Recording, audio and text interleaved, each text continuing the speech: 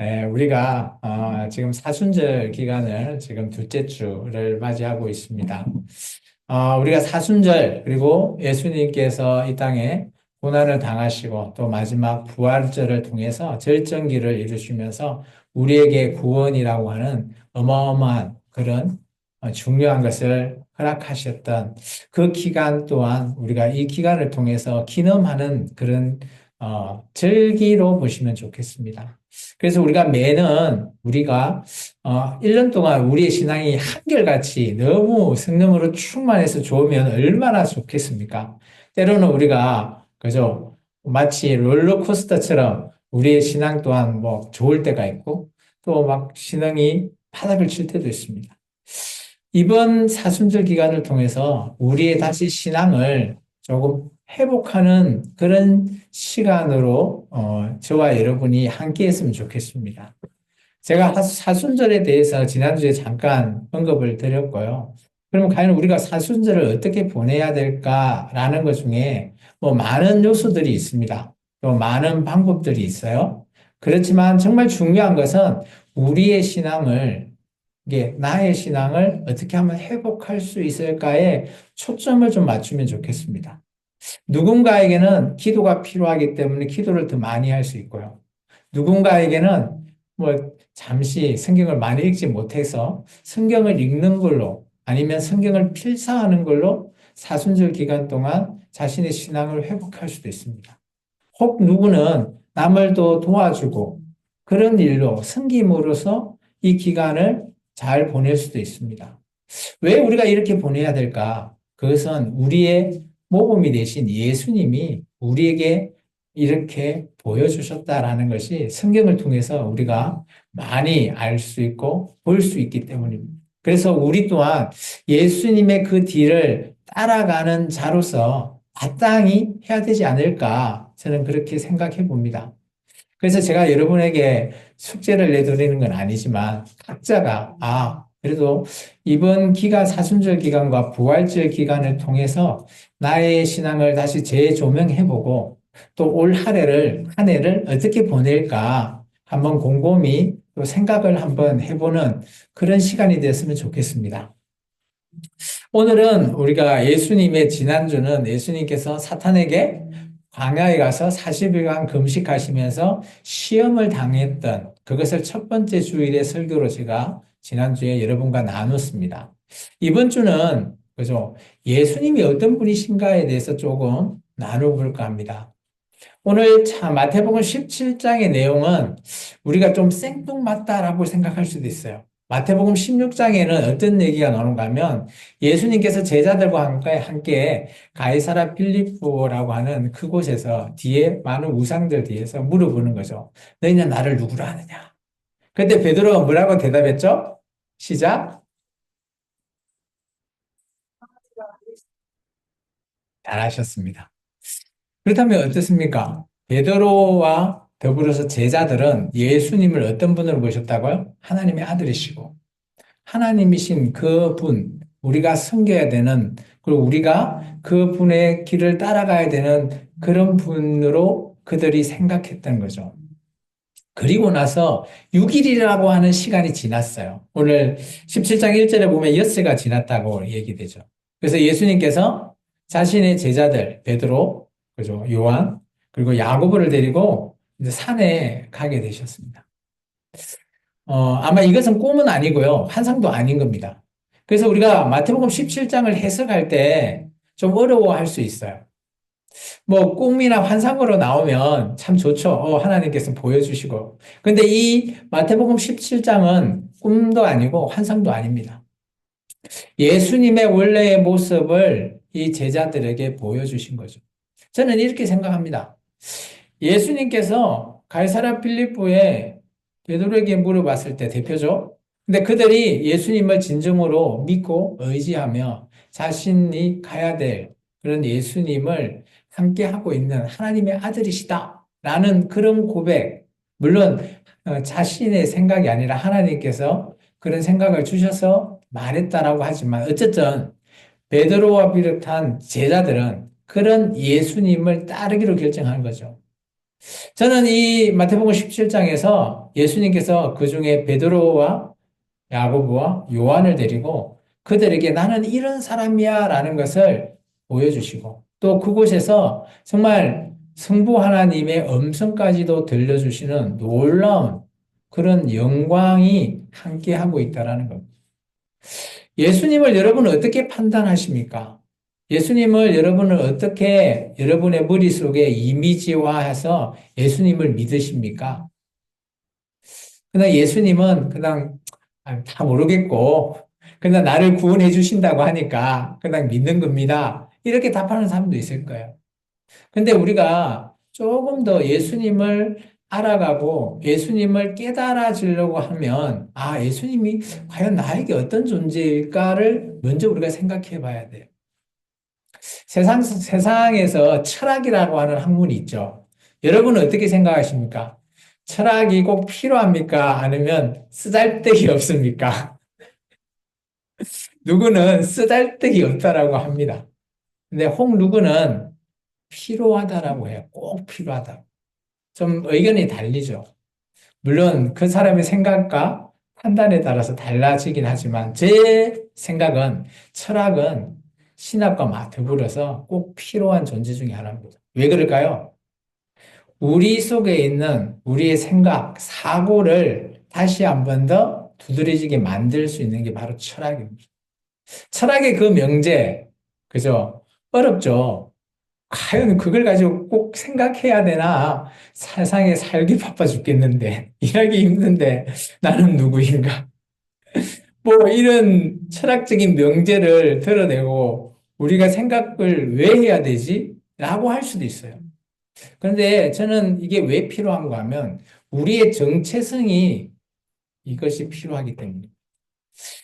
혹 이럴 수 있습니다. 우리가 때로는 이렇게 뭐 바쁜 사회를 살고 바쁜 일을 하다 보니까 학생들은 학교 가고 직장인들은 뭐 열심히 뭐 거의 뭐 다람쥐 쳇바퀴 수준에 계속 일을 하잖아요.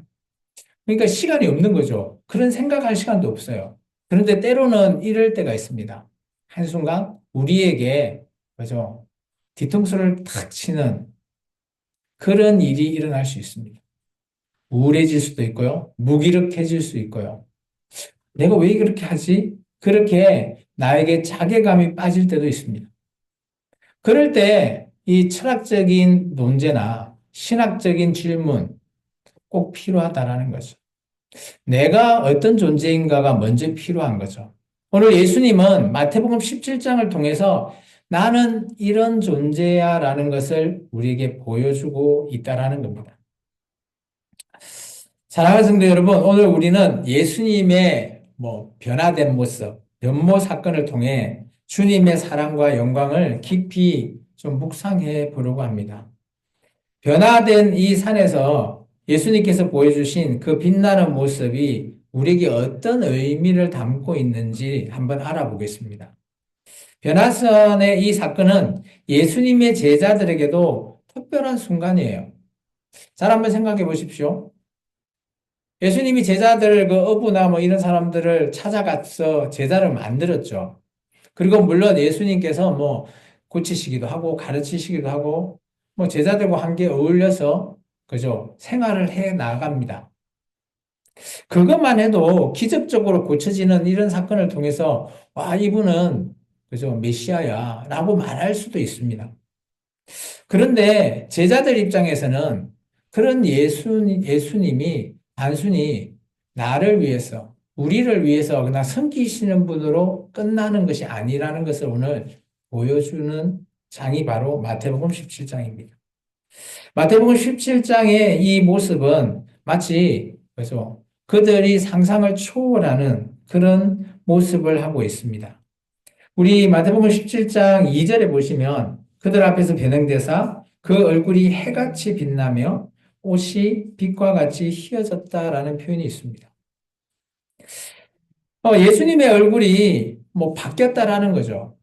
물론 나중에 우리가 일곱 번째 마지막 나팔, 일곱 번째 나팔이 불려질 때 우리의 모습도 변화되어서 또 주님 앞에 서게 되는 그런 부분들이 여러 장에서 말하고 있습니다. 근데 그 대표적인 부분이 이런 변화산의 예수님의 변모된 모습이라는 겁니다. 마치 영화의 한 장면처럼 베드로나 야고보나 요한이 놀라고 신기할 따름으로 보여집니다.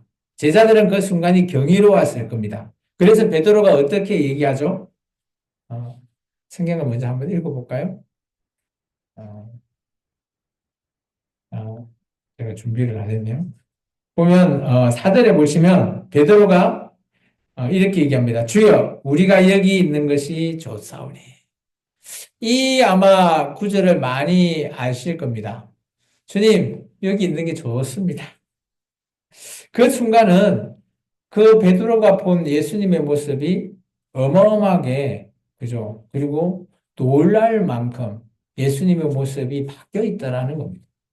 예수님의 이런 바뀐 모습이 그냥 단순한 기적적인 그런 모습만 있는 게 아니라 이 안에는 예수님의 신성 그리고 영광이 드러나 있는 중요한 사건입니다. 그래서 예수님이 어떤 분이신지를 제자들에게 제대로 가르쳐 주고 있는 거죠. 예수님께서는 단지 인간의 모습으로만 국한되어서 누구를 고치고 하나님의 아들의 그런 신비로운 모습으로만 보여주고 섬기기도 합니다. 물론 그걸 통해서 예수님의 메시아구나 라고 알 수 있게도 얘기하죠. 그렇지만 이 변화산 사건을 통해서 예수님께서는 원래 하나님이시다라고 하는 모습을 보여주고 있다라는 겁니다. 그러면 이 변화산의 이 모습, 우리 같이 한번 읽어볼까요? 어, 1절과 2절을 다시 한번 더 우리가 읽어봅시다. 같이 읽습니다. 엿새 후에 예수께서 베드로와 야고보와 그 형제 요한을 데리고 따로 높은 산에 올라가셨더니 그들 앞에서 변행되사 그의 얼굴이 해같이 빛나 옷이 빛과 같이 휘어졌더라. 이런 모습이 그죠? 구약에 보면 선지자 중 다니엘이 하나님 앞에 한 상을 보게 됩니다. 그래서 그거는 앞으로 일어날 제국 사건과 맞닿아 있는 부분입니다. 다니엘서 7장이거든요. 다니엘서 7장에 9절부터 10절에 비슷한 모습으로 인용되어 있는 부분이 있습니다. 같이 한번 읽어볼까요? 내가 보니 왕자가 놓이고 예적부터 항상 계시는 이가 자정하셨는데 그의 옷은 희기가 눈 같고 그의 머리털은 깨끗한 양의 털과 같고 그의 모자는 불꽃이요 그의 바퀴는 타오르는 불이며 불이 강처럼 흘러 그의 앞에서 나오며 그를 섬기는 자는 천천히요 그 앞에서 모여선 자는 만만이며 심판을 베푸는데 책들이 펴 놓였더라. 이 구약의 다니엘서 이 7장에서 7장의 9절에 10절 내용은 나중에 요한계시록에도 보면 그죠? 그 부분이 많이 비슷해 있는 모습이 있습니다. 요한계시록에 여기 보면 심판의 책들이 펴져 있다잖아요. 요한계시록 보면 하나님께서 백보자 심판 그때 내리실 때 그 책들 우리들의 생명의 책들을 통해서 하나님께서 심판하신다라는 모습이 있고요. 요한계시록 4장에 보시면 또 하늘 보좌에 올라간 요한이 바라봤을 때 그죠? 항상 그 가운데 계시는 하나님 옆에 그룹들도 있고 그리고 장로들도 있고 이런 모습들을 통해서 우리가 볼 수 있습니다. 오늘 이 다니엘서 7장에 나오는 이 내용이 마태복음 오늘 17장 2절의 모습과 많이 닮아져 있죠. 그래서 이 부분은 그죠? 이스라엘 민족이 그죠? 하나님의 모습이 이미자화되어 있는 그림이다라고 보시면 좋을 것 같아요. 이게 우리도 그런 거 있잖아요. 우리도 하나님 하면 예수님 이렇게 하면 마치 달력에 나와 있는 그 예수님이 우리 머릿속에 이미지화되어 있는 그림 모습처럼 이스라엘 민족에서 말하고 있는 이런 하나님의 보좌 이런 부분의 모습은 이것이 그림 언어처럼 보여져 있다라는 겁니다. 어쨌든 간에 예수님의 이런 변화된 모습은 다니엘서를 통해서 이미 그죠 예언으로 성취되어 있는 사건입니다. 또한 변화산에서 예수님과 함께 나타난 모세와 엘리야에 대해서도 중요한 의미를 담고 있죠. 그죠? 여기 보면 베드로가 이제 딱 봤을 때 3절 있잖아요. 그때 모세와 엘리야가 예수님과 함께 더불어 말하는 것을 그들이 봤대요. 근데 모세, 엘리야는 각각 구약의 대표적인 인물입니다. 모세는, 그죠? 시내산에서 하나님 앞에, 그죠? 율법을 받았잖아요. 우리가 말하는 십계명을 받았습니다. 그 율법의 대표고요. 엘리야는 하나님께서 선지자의 대표로 쓰여졌죠. 우리는 뭐 인정할지는 모르겠지만 이스라엘 민족에 있어서는 모세와 엘리야는 그들에게 양의 축입니다. 그래서 그들이 뭐 선지자 하면 모세, 엘리야 뭐 이런 식으로 그들 앞에서는 항시 두 선지자라고 하면 이들을 떠올립니다. 그래서 요한계시록 12장에 보면 두 증인도 마치 모세와 엘리야와 같은 그런 모습으로 보여지고 있습니다. 예, 그런 이런 모습을 보면 구약의 이스라엘 민족이 그죠? 예수님 시대 때도 동일하게 그것을 그림 이미지화로 갖고 있다라는 거죠. 어쨌든 간에 마태복음 5장에 보시면 이 율법과 선지자를 대해서 얘기하고 있습니다. 같이 읽습니다. 내가 율법이나 선지자를 폐하러 온 줄을 생각하지 말라. 폐하러 온 것이 아니요 완전하게 하려 합니다. 아까 모세가 대표가 뭐라고요? 율법의 대표가 모세, 선지자의 대표가 엘리야. 그래서 이들을 구약이라고 폐하러 온 게 아니랍니다. 예수님은 더 완전하게 하기 위해서 오셨다라는 거예요. 그래서 예수님이 이 땅에 우리에게 오신, 그리고 율법은 구약에서 쓰여진 거라 다 폐해졌다. 이것은 맞지 않는 부분입니다. 물론 부분적으로 폐해진 것도 있습니다. 제사나 이런 것들이 다 폐해졌어요. 그런데 예수님께서는 항상 그죠? 제자들에게 율법을 완성한다. 완전하게 한다. 이런 표현으로 얘기하십니다. 그러면 지금 신학 시대를 살아가고 있는 우리는 율법을 지켜야 될까요? 지키지 말아야 될까요? 안 지켜도 될까요? 물론 저는 이렇게 얘기합니다. 예수님은 그죠? 율법을 완성하러 오셨고요. 또 우리 마태복음 5장에는 어떤 게 있는가 하면 우리들에게 이게 지금 우리들이 아니라 그 당시 제자들에게 산상수훈을 통해서 가르쳐 주셨잖아요. 그러면 우리는 예수님과 언약을 맺은 백성으로서 예수님께서 산상수훈에 지켜라 했던 것을 지켜야 되나요? 지키지 말아야 되나요? 지켜야 되죠. 그런데 잘 뜯어보면 구약의 율법이 좀 두껍죠. 신약의 그 마태복음이나 이게 나와 있는 산상수훈이 그렇게 길진 않거든요. 어떤 게 지키기가 쉬울까요? 구약의 율법이 지키기가 쉬울까요? 아니면 예수님이 우리한테 준 산상수훈이 지키기가 쉬울까요? 어떻게 아시죠? 근데 잘 뜯어보면, 율법은 가지수는 많아요. 어마어마하게 많은데, 그 안에 예수님께서 산상수훈에 우리에게 지키라고 하셨던 말씀 중에 보면, 저는 이거를 늘 대표적으로 얘기합니다. 정말 우리가 지키기 힘든 것 중에 하나, 뭐죠? 그래서 네 원수까지도 사랑하라. 이게 예수님이 우리에게 말씀하셨던 산상수훈의 하나의 지켜야 될 계명이에요. 여러분, 원수를 사랑하십니까? 아, 뭐, 원수가 없으시죠? 여기 계시는 분은, 예, 사랑하십시오. 예수님께서 우리에게, 근데 원수까지도 사랑해라. 그죠? 그렇게 매일 말씀하시는 거예요. 그것이 뭔가 하면, 예수님의 이 말씀이 딱 그거예요. 구약의 율법을 완성하러 온 예수님. 그래서 우리가 예수님을 믿는다는 것은 믿고 끝나는 것이 아니라는 거예요. 예수님이 우리에게 주신 계명을 우리가 순종하면서 지켜야 된다라는 그런 의무감이 있습니다. 제가 여기서 의무를 얘기하면 여러분 좀 부담되시죠? 그렇지만 우리가 그 의무를 잘 지킬 때 예수님께서 우리에게 여러분 잘 알고 계시는 구원과 생명의 멸류관을 준비해 놓으신 그리고 또 우리의 그처까지도 예수님께서 다 준비해 놓으시는 겁니다. 어, 그리고 오늘 이 변해산의 사건을 통해서 주님의 이 영광을 우리가 체험할 수 있는 기회를 오늘 제공하고 있습니다. 마치 베드로는 그죠? 주님의 그런 모습, 변화된 모습을 통해서 사전에 이렇게 얘기하죠. 주님, 여기가 좋사오니 만일 주께서 원하시면 내가 초막 셋을 짓는데 내가 봤던 모세, 엘리야, 그리고 주님을 위해서 짓겠습니다. 그리고 여기에서 난 평생 사시죠. 그런 표현을 하고 있습니다. 그러면 베드로가 봤던 그죠? 그런 영광스러운 모습 정말 지금 저도 상상이 안 돼요. 저도 예수님이 어떤 분인지 잘 모르죠. 여러분도 마찬가지 아닌가요? 예수님이라고 하면 우리가 성경에 나와 있는 모습 그것만 떠오르지.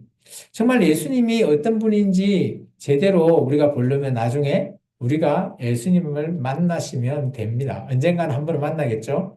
그때 예수님이 이런 분이라는 것을 우리가 알 수는 있죠. 오늘 바울은 그런 영광스러운 모습을 이렇게 표현하고 있습니다. 고린도후서 3장입니다. 같이 읽을까요? 우리가 다 수건을 벗은 얼굴로 제7사는 몸이 또 하나 생각하고 변하여 영광에서 영광에 이르니 곧 주의 영광으로 발휘함이니라. 이게 우리가 어때요? 우리가 다 수건, 이게 바울은 이렇게 얘기합니다. 우리는 항시 앞에 수건으로 이게 되어 있는, 가려져 있는 존재다. 그래서 우리가 그죠? 예수님을 본다라는 것, 그런 이런 모습을 본다라는 것이 가려지면 어때요? 수건 같은 거 가려지면 잘 안 보일 거 아니에요. 근데 이것을 딱 벗었을 때 정말 선명하게 잘 보이죠. 마치 예수님을 나중에 우리가 대면하게 될 때는 이런 영광적인 모습을 우리가 보게 될 거다라는 것을 말하고 있습니다. 그래서 오늘 제가 왜 이런 얘기를 하는가 하면 우리가 사순절 기간이잖아요. 그래서 우리가 예수님을 정말 여러분이 만났으면 좋겠어요. 물론 베드로나 요한처럼 딱 이런 모습을 눈앞에서 보면 더 잘 믿을까요? 아무도 대답하지 않네. 눈앞에 보이면 오 예수님 이런 분이니까 딱 손에 잡히니까 더 잘 믿을지 않을까요? 물론 그렇습니다. 잠깐이라고요. 아니 예수님이 눈에 보이는데 잠깐이라고요? 예수님이 서운하시겠는데. 어쨌든 간에 오늘 이 사순절 기간에 저는 뭐 우리가 기도를 하고 성경을 읽고 우리가 좀 절제하는 모습을 통해서 예수님을 만나자라고 하면서 우리의 신앙을 회복하자라는 의미로 제가 계속 말하고 있잖아요. 그래서 물론 우리 눈앞에 이렇게 보이지는 않지만 정말 이런 모습이 될 거라고 하는 그죠? 이미지적인 이런 예수님의 이 모습을 통해서 우리가 좀 만났으면 좋겠어요. 그죠? 물론 이제 뭐 만나라고 한다고 만나지는 건 아니지만 좀 이런 시간 동안에 우리의 신앙을 조금 우리의 많은 것들을 조금 내려놓고 조금 더 신앙적으로 조금 더 시간을 할애해서 예수님을 만나는 시간을 가지면 어떨까 그렇게 좀 생각해 봅니다. 오늘 예수님의 제자들은 예수님께서 이렇게 변화선에 변모된 모습을 봤을 때 좀 많이 특별했죠. 그리고 놀랐습니다. 또한 모든 제자에게 보여준 건 아니에요. 이 세 명의 제자에게만 보여줬기 때문에 정말 그들에게 입장에서는 그죠? 남들 앞에 너 예수님의 바뀐 모습 봤어? 나 봤어. 이러잖아요. 그럴 수 있죠. 어떻게 보면 그 자체가 특별한 은혜라고 볼 수 있습니다. 그래서 여러분도 예수님을 물론 뭐 모습을 볼 수도 있고 또 기도로 음성으로 들을 수 있고 성경 속에서 예수님이 믿어질 수도 있습니다. 그 또한 우리가 예수님을 봤다라고 할 수 있다라고 저는 생각해요. 그래서 사순절 기간에 시간을 조금 쪼개 쓰더라도 우리의 신앙을 회복하면서 예수님을 만날 수 있는 그런 길이 뭐가 있을까 조금 각자의 방식대로 한번 추진을 해봤으면 좋겠습니다. 그래서 제가 뭐 여기서 이렇게 하세요, 저렇게 하세요 한다고 여러분이 여러분 식으로 맞지 않는 것을 억지로 옷을 입힌다고 그 옷이 맞지 않죠. 마찬가지로 여러분이 여러분에게 맞는 방식으로 예수님을 한번 만나봤으면 좋겠습니다. 마치 오늘 제자들이 예수님을 만난 것처럼요. 그래서 오늘 예수님께서는 우리에게 이렇게 직접 체험할 수 있는 기회를 보여주시는 겁니다. 마치 예수님의 제자들에게 보여줬듯이 2000년이 지나도 지금 우리에게도 예수님은 우리가 만날 수 있는 기회를 허락하신다라는 겁니다. 왜 그럴까요? 요한복음의 1장에 이런 힌트가 있어요. 같이 한번 읽어볼까요? 말씀이 육신이 되어 우리 가운데 거하심에 우리가 그의 영광을 보니 아버지의 독생자의 영광이요 은혜와 진리가 충만하더라. 말씀이 육신이 되었던 분이 예수님입니다. 오늘 우리에게 놓여져 있는 말씀이 뭐예요? 성경이잖아요. 그래서 저는 그죠? 예수님 당시에는 성경이 구하기 쉽지 않았을 거예요. 근데 지금 우리 때는 성경은 한 2, 3만 원 주면 살 수 있잖아요. 이 성경 속에서 예수님을 충분히 만날 수 있고 체험할 수 있다라는 것을 예수님께서 말하고 있는 겁니다. 이 말씀 속에서 우리가 여기 요한은 말씀이 육신이 되어서 우리 앞에 보이신 분이 예수님이라면 저는 거꾸로 지금 우리 눈앞에 보이지 않지만 예수님이 오늘 그 예수님이 어디에 있다? 말씀 안에 그대로 계신다라는 거예요. 그러면 우리가 예수님을 만날 수 있는 기회가 뭘까요? 바로 말씀이 성경이죠. 그래서 사순절 일간에 성경을 조금 시간을 내서 읽으시면서 예수님을 찾으면 어떨까 한번 여러분에게 권해 봅니다. 또한 두 번째는 오늘 제자들에게 오늘 주님의 사랑을 오늘 깊게 깨닫는 그런 순간이 있죠. 어, 마치 이 제자들을 통해서 오늘 예수님께서 베드로가 생뚱맞게 주님 여기가 좋사오니 여기 초막 짓고 같이 삽시다 라는 데 대해서 예수님이 꾸중하지 않으셨어요. 그죠? 뭐라 하지 나무라지 않으셨다라는 거예요. 왜 그랬을까요? 저는 이제 요한이 했던 요한복음에서 그 답을 한번 찾아봤습니다. 같이 한번 읽어볼까요? 이제부터는 너희는 친구라 하였노니 내가 내 아버지께 들은 것을 다 너희에게 알게 하였습니다. 예수님은 제자들을 자기 종 같은 그런 제자가 아니라 친구와 같은 제자, 그러기를 원했다라는 거죠. 너는 내 벗이다. 내 친구다라는 거예요. 그래서 내가 있는 나의 원래 모습, 이게 예수님이 성육신했던 모습은 제자들이 3년 6개월 동안 따라다니면서 늘 봐왔겠죠. 근데 예수님의 원래 본래 모습은, 그죠? 마태복음 17장을 통해서 보여주신 거예요. 여러분은 여러분의 요즘 이런 얘기 있죠? 요즘 젊은 세대들의 단어, 절친? 여러분은 여러분의 절친에게 어느 만큼 여러분에 대해서 공개를 하십니까? 정말 절친이라면 나의 모든 것까지 공개하지 않나요? 나의 모든 문제라든지 생각까지도 공유가 되잖아요. 아, 저 친구는 뭘 잘 먹는 것부터 시작해서 저 친구의 집안이 어떠고 뭐가 어떠고 다 안다? 그렇다면 여러분은 그 친구의 절친입니다. 오늘 예수님이 마찬가지죠. 마치 자기의 제자들에게 너는 나의 절친이야 라는 것으로 말하고 있는 거예요. 오늘 예수님의 원래의 모습을 그죠? 보여준다라는 것은 오늘 세 명의 명만 보여줬어요. 다 보여준 것도 아닙니다. 나의 원래 모습은 이런 모습이야 라는 거죠. 여러분도 여러분의 본 모습을 여러분에게 정말 숨긴 것 없이 다 보여주는 마치 아브라함에게 찾아갔던 하나님이 소돔과 고모라를 멸하러 갔다가 나의 벗 아브라함에게 내가 뭘 숨길까? 라고 말하듯이 절친은 친구는 그러지 않나요? 모든 것들을 내어놓고 모든 것들을 보여주는 그런 모습을 저는 절친이라고 봅니다. 오늘 예수님께서 제자들에게 그렇게 행했다라는 거죠.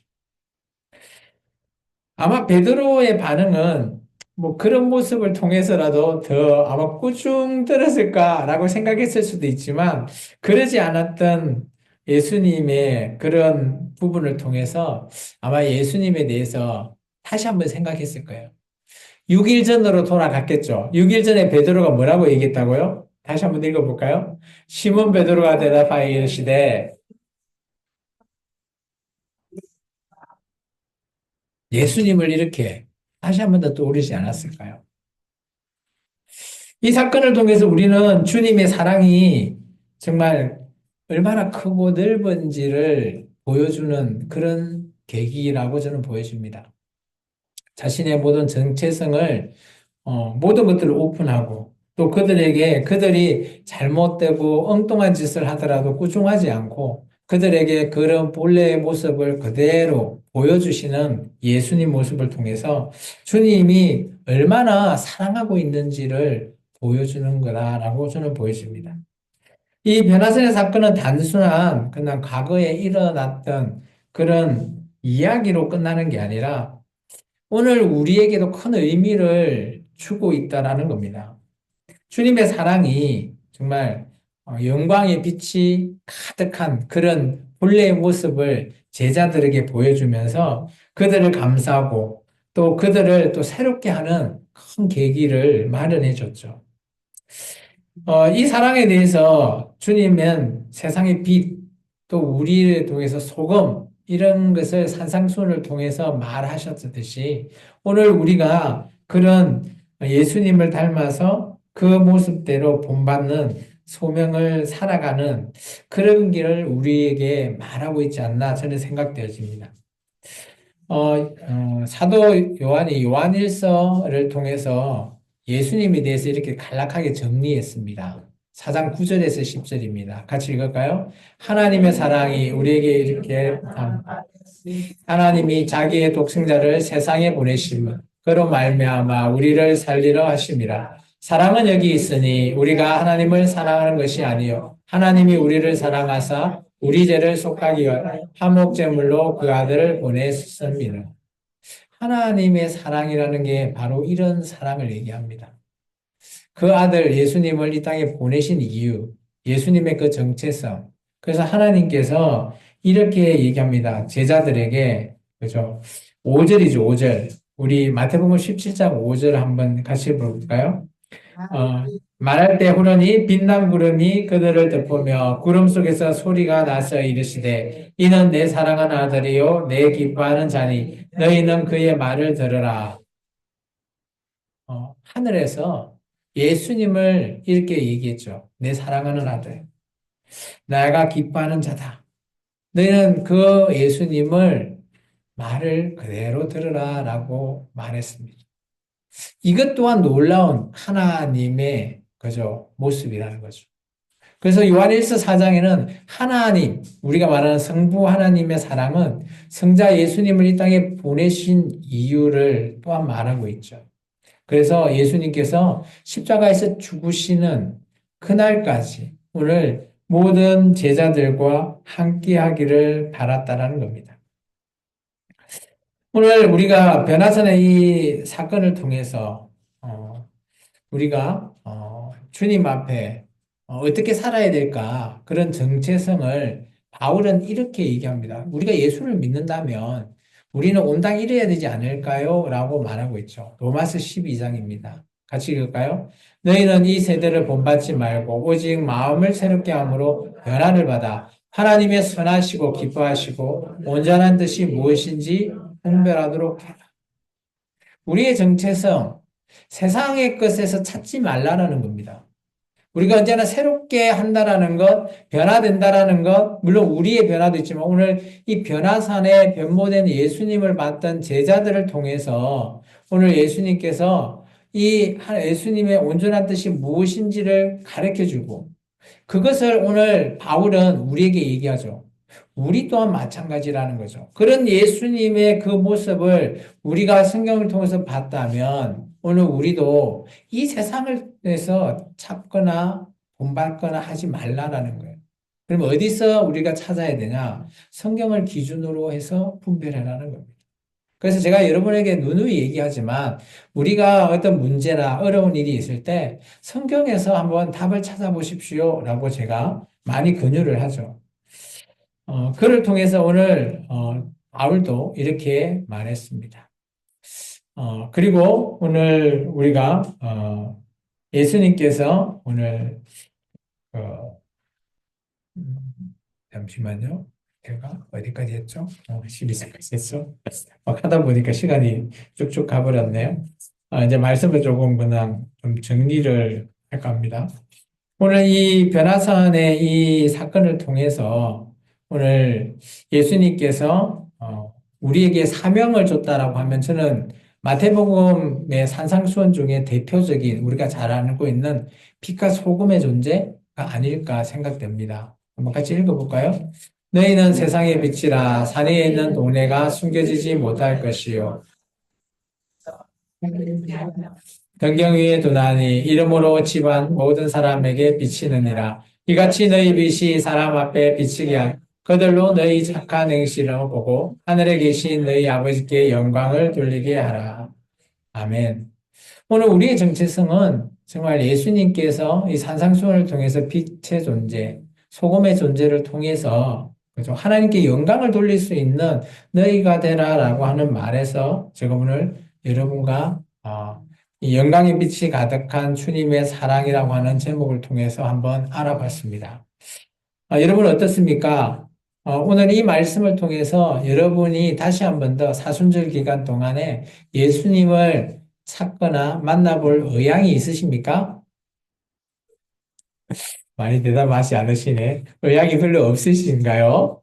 아니시죠? 의향이 있는 걸로 제가 믿겠습니다. 어쨌든 간에 여러분의 각자의 뭐 여러 가지의 방법이 많이 있습니다. 그것을 제가 뭐 다 실천해라라고 말할 수는 없습니다. 여러분의 맞는 각자의 방법으로 이 사순절 기간을 조금 주님 앞에서 주님을 만나보는 그런 시간이 됐으면 좋겠습니다. 주님은 우리에게 영광의 빛을 우리에게 늘 비추고 계시고요. 그 빛을 통해서 우리가 똑바로 갈 수 있게끔 길을 열어 놓으셨습니다. 그게 바로 십자가의 길이고, 그게 바로 주님의 사랑이라는 겁니다. 우리가 그 길을 온전히 따라가는 것은 여러분의 몫이에요. 저의 몫이고, 여러분의 몫이에요. 그래서 우리가 결단하면서 우리의 신앙을 다시 한 번 더 생각해 보고, 또 우리가 이 시간 또 말씀을 받았으니, 이제 이 말씀을 한번 실천해 보는 이번 사순절 기간이 되었으면 좋겠습니다. 기도하겠습니다. 참 주신 아버지 하나님 감사합니다. 오늘도